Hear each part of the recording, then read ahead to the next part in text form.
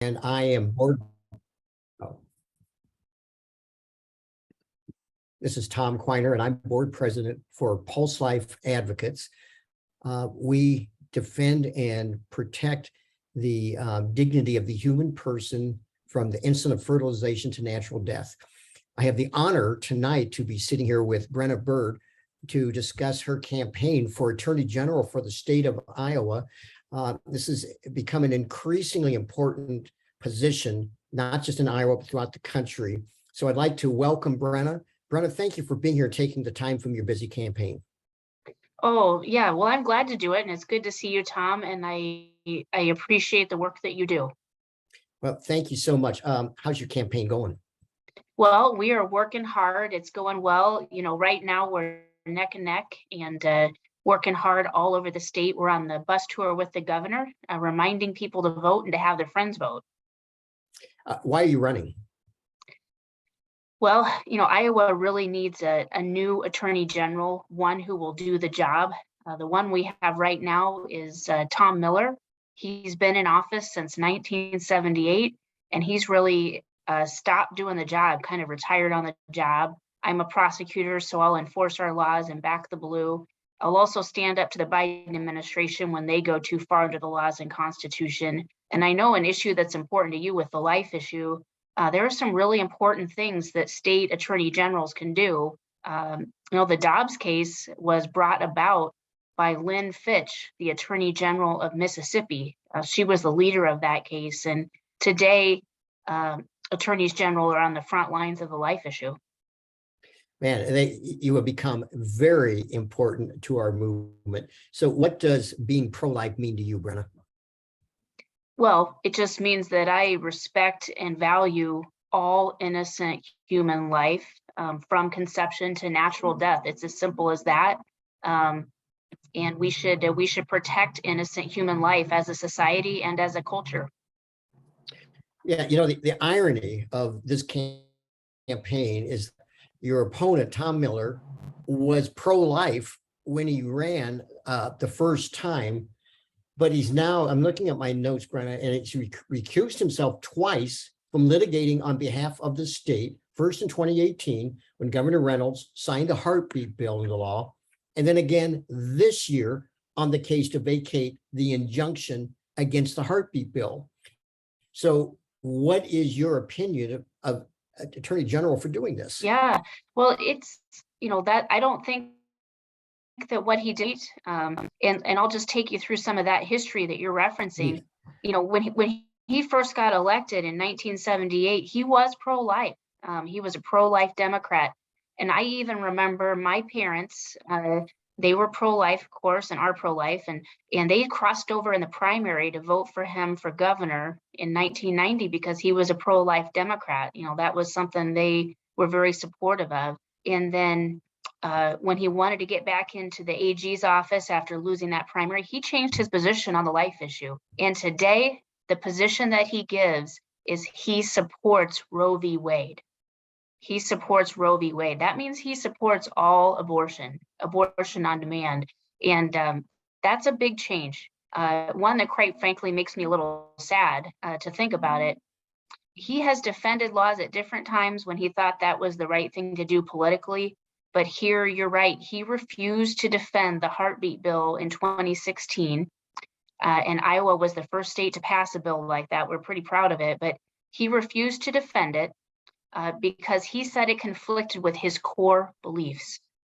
You know, I think that tells us all we need to know. And then we look ahead to what has happened. He pulled out of the 24-hour waiting period case, would not continue to represent Governor Reynolds in that case, and she had to get other lawyers. He's not doing the job, and he's putting politics ahead of defending the laws. You know, I'm 100% pro-life. I'll also say, you know, that's something that he has attacked me on and criticized me for. But I'm 100% pro-life, and I've said that this whole campaign. Yeah, you have been very consistent, and Pulse and our followers really appreciate it.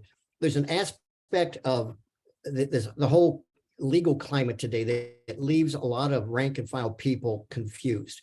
We had this incident come up in Des Moines here in the city council, where a city councilman was basically trying to turn Des Moines into a sanctuary city for abortion. So the question I have, I think a lot of people are confused. Is it possible for an attorney general to ignore existing pro-life legislation already on the books?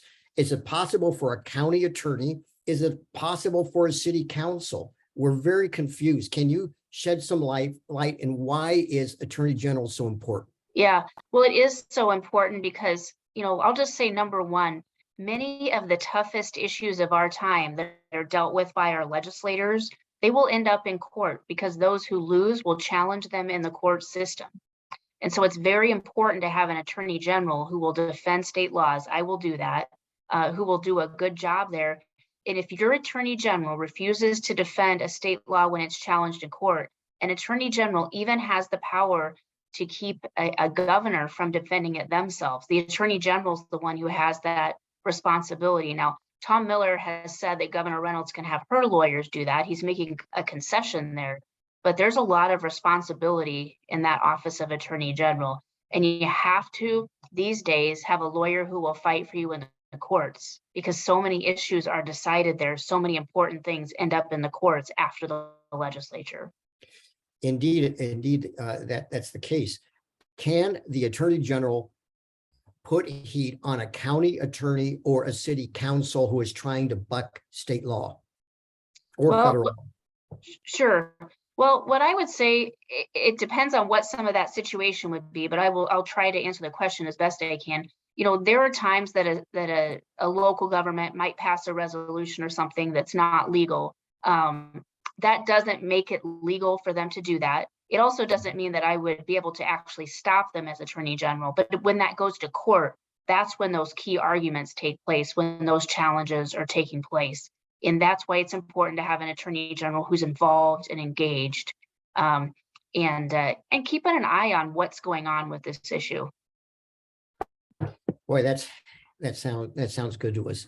Well, I mean, you've already fleshed out now some of the big differences between you and Tom Miller, but is there anything else that you would say distinguishes between you and Attorney General Tom Miller?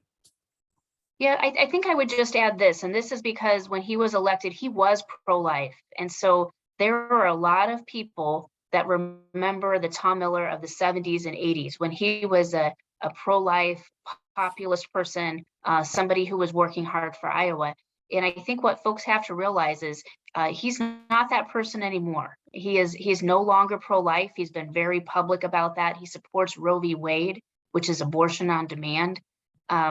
He, since then too, has also retired on the job and hasn't been as active and engaged as he once was. So just spreading the word so that people understand if life is important to you, life is on the ballot this Tuesday, and you need an attorney general who will defend the pro-life laws. And that is something that I will do. And I think you have to look no further than the fact that almost all of his TV ads are negative against me, and most of them reference the fact that I have said I'm 100% pro-life. And that is not a position that I back away from. That's the truth. And we've been very upfront with it during this campaign. It's a very important issue. And our race is neck and neck right now. We are very close. So if people want to engage, I'm hoping that they will let their friends and family, folks they know anywhere in Iowa can vote for me. Make sure they're voting on Tuesday, voting pro-life, and voting for a pro-life attorney general. I'm Brenna Bird, and I will work hard for Iowa. Well, we appreciate that. As you probably know, Pulse Life Advocates is nonpartisan.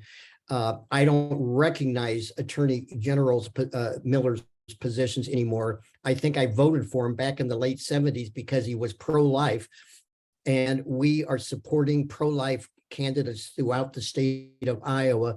We appreciate you taking the time tonight, Brenna, and we wish you the best of luck in your campaign. Thank you so much. Thank you, Tom. It's good to chat with you. Likewise.